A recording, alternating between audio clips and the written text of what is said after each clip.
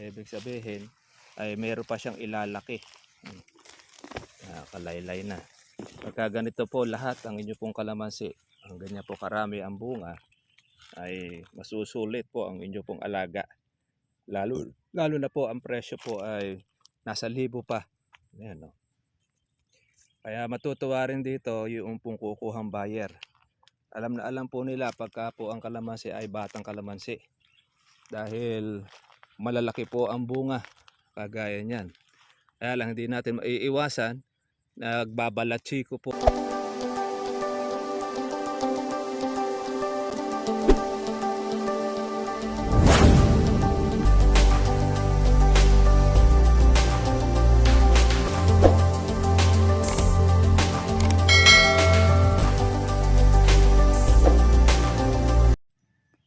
Ay, magandang umaga po mga ka-farmers, mga ka-trivia. Ito yung kalamansi, batang kalamansi.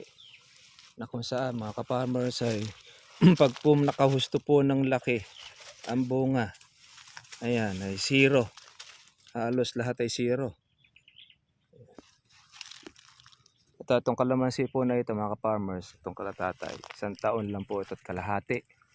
Pero bagamat hindi po siya tumayog o lumaki dahil iba po kasi ang lupa dito, ay nakokontrol po siya na itong malaking puno na ito ng kapitbahay. Yung mahogany, hindi po inaalis po ng kapitbahay dahil siguro mayroong paglalaanan. Pero kagandahan naman yan, basta po makalaki ang bunga ng kalamansi, ay napakasarap pong pitasin. Ayan, no? Laki rin niya, parang sibuyas yan, laki niya. Kapag po nakahusto, iba po talaga po ang bunga pagka po bata. Pero nakita ninyo, kulubo pa ang balat. Ibig sabihin ay meron pa siyang ilalaki. Kalaylay na. Pagka ganito po lahat ang inyo pong kalamansi, ang ganyan po karami ang bunga, ay masusulit po ang inyo pong alaga. Lalo na po ang presyo po ay nasa libo pa. Ayan, no? Kaya matutuwa rin dito yung pong kukuhang buyer. Alam na alam po nila pagka po ang kalamansi ay batang kalamansi. Dahil malalaki po ang bunga kagaya niyan. Kaya lang hindi natin maiiwasan, nagbabalatsi ko po ang kalamansi kapag po matindi po ang sikat ng araw. Kaya kuminsan naapektuhan po niyan pati po yung mga dahon. Kaya kuminsan meron kayong kalamansi para po siyang nasunog. Kaya kadalasan po yan pagka panahon po na matindi pong tagtuyot o yung tag-init. Kaya ganyan po ang nangyayari sa ating kalamansi. Ay, yung mga bunga kapag po bata, ayan, oh, masarap po siyang pitasin at mabilis pong makabigat, makarabi. Ayan, halos mga zero na ang bunga nito, oh. Ayan, oh. Lalaki niya. Pagka po ganito, ay yung dami ng kalamansi at ganyan po kalalaki, pwedeng kumuha yan ng 3 kilo yung isang puno sa 1 taon at kalahati na ganyan po ang size. Pero hindi naman lahat ng puno ay ganyan po ang dami ng bunga. Meron rin pong mga puno na walang ganong buunga. Kaya depende po rin yan doon sa ilalabas po ng bulaklak ng kalamansi pagka po tag-araw, pagka panahon po ng alagaan. Ayan. Kaya ang kalamansi, mag-uumpisa na po yan ng paghataw ng bunga. 1 taon at kalahati, 2 taon, start na yan. Nauna pong itanim po yung atin doon po sa bago natin pong farm, doon po sa San Julian. At hindi rin natin maiiwasan, sa bawat puno ay merong hindi po makalaking puno o kagaya nito. Pero hindi naman natin masasabing siya ay kotsok o bulitog. Kasi kung bulitog ito, maliliit po ang bunga. Kaya lang malalaki po ang bunga. Sadyang hindi lang po siya nakalaki. Ganun pa man, ay marami tayong makukuha rito. Ang kalamansi, mga ka-farmers, napakasarap pong pitasin kapag po bata. Nakakalaki po siya ng husto. Pagkatapos magiging doble ang size compare natin doon sa dati. Ayan, tingnan nyo. Nakalaylay po yung kanyang mga sanga. Ayan, mas marami po yung sa atin doon sa may sanghulyan. Mas malaki po ang puno. Pero ito, makukuha na po lahat ng bunga sa isang pitasan. Kumaga ito sabay-sabay, mga katribya. Kaya mayroong puno makakakuha ng 2 kilo, 3 kilo, meron 4, siguro hanggang 4 na pinakamarami pwede pong makuha na sa isang puno. Pero kadalasan yan mga sa 1 kilo, 2 kilo. Kaya pagka po marami po ang sanga at makapal ang bunga, marami pong panggagalingan ng pitas. Magiging mabigat po sa timbang, lalo na pagkaganyan pong nakalaki. Ayan kalaylay ganyan ang kalamansi. Pag siya po ay nagbunga, lumalaylay po ang sanga niya. Kaya nakokontrol po niya yung pagtayog, yung pagtaas. Kaya napakasarap po nito pitasin. Ayan yan yung tawag natin na zero size. Merong ang kalamansi kasi mga katribya po, yung klase niya, merong XL, merong large, merong medium. Pagka po ang presyo po mga farmers po ay mga nasa 2,000, kadalasan mga medium ang size ng kalamansi. Pero pag halimbawa medyo mababa ang presyo ng kalamansi, maabot po siya ng XL. Sa iba naman ang tawag diyan zero. Ayan, lalaki. Kaya masarap po pitasin yan, Para po siya mga katribya pong bawang o sibuyas. Hala mo siya bayabas. Kaya pagdating po sa red bag, halos bumubukol po ang laki niya. Siyempre, iba ang presyo po nito doon sa regular na pitas. Kasi ang regular po mga ka-farmers na yung pitasin ay 2, 1, 2, 3, 4, minsan nasasagad pa.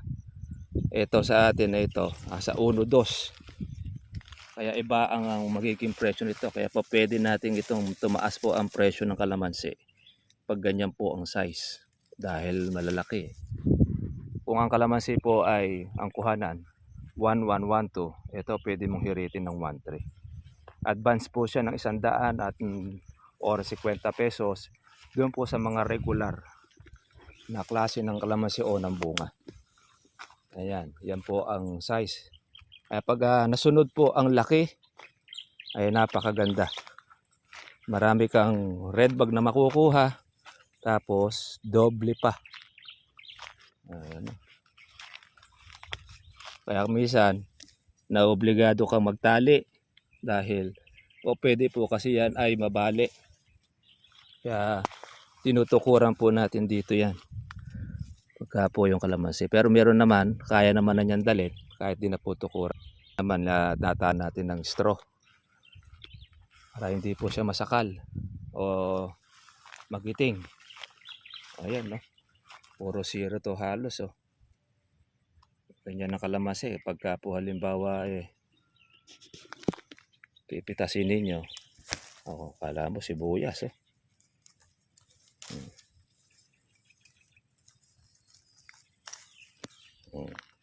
Kaganyan po ang pitasin. Saglit lang po, puno ang inyong red bag. Yan. Ay, halos mga zero. Ay nako, ito kapag aagawan po ito ng buyer. Pagka ganyan po kalalaki. Kaya ito naman, yung mga dos, makukuha na po yan basta po pinitas. Ang halos matitiran na lang dyan mga katribya ay yung po mga holen, yung mas maliliit. Pero ito yan, nakukuha na yan. Basta po ito pinitas na. Iba po talaga pagka po bata. Ayan konti lang dahon pero dami niyang bunga. Kaya naman kasi nito, hindi naman siya ganun siksik sa bunga, nakakalaki ng husto ang kalamansi. Pag sobra po kasing dami ng bunga ng kalamansi mga katribya, hindi po masyado pong makalaki ang bunga. Marami na po siya nag-aagawan. Hindi kagaya po nito. Ayan o.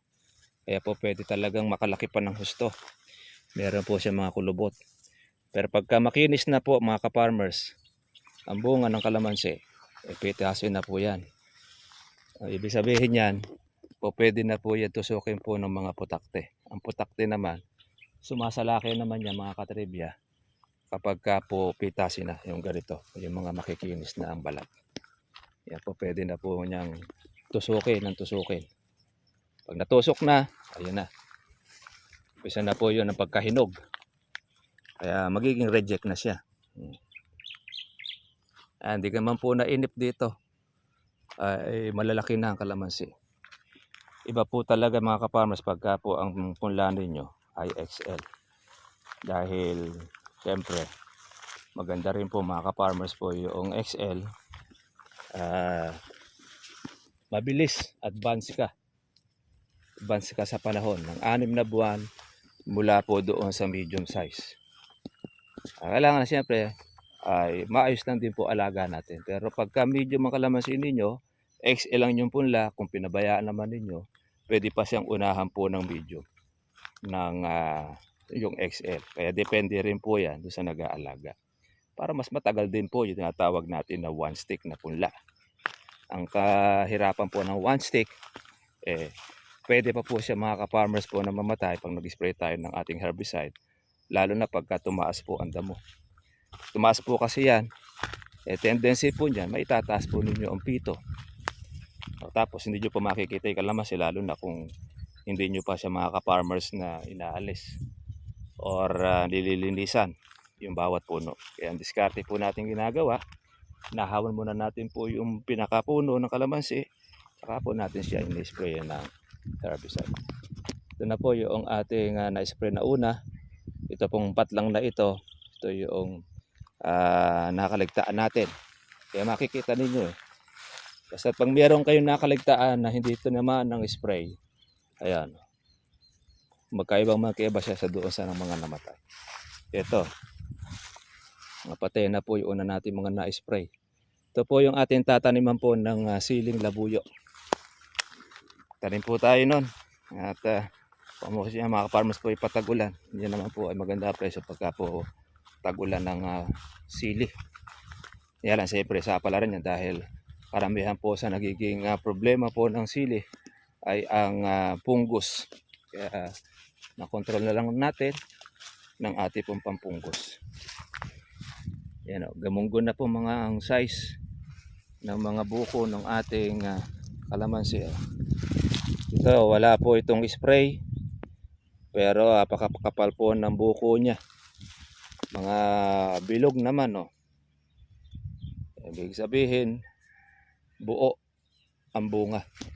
Malalaman pa po natin ito mga katribya kapag po sinlaki na po siya ng gamais tsaka yung gasaresa.